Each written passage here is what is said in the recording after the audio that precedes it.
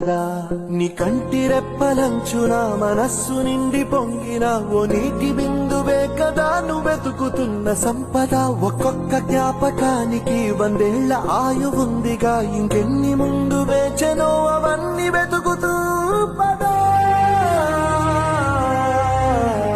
మనుష్యులందు నీ కథ మహర్షిలాగా సాగదా, మనుష్యులందు నీ కథ మహర్షిలాగా సాగదా.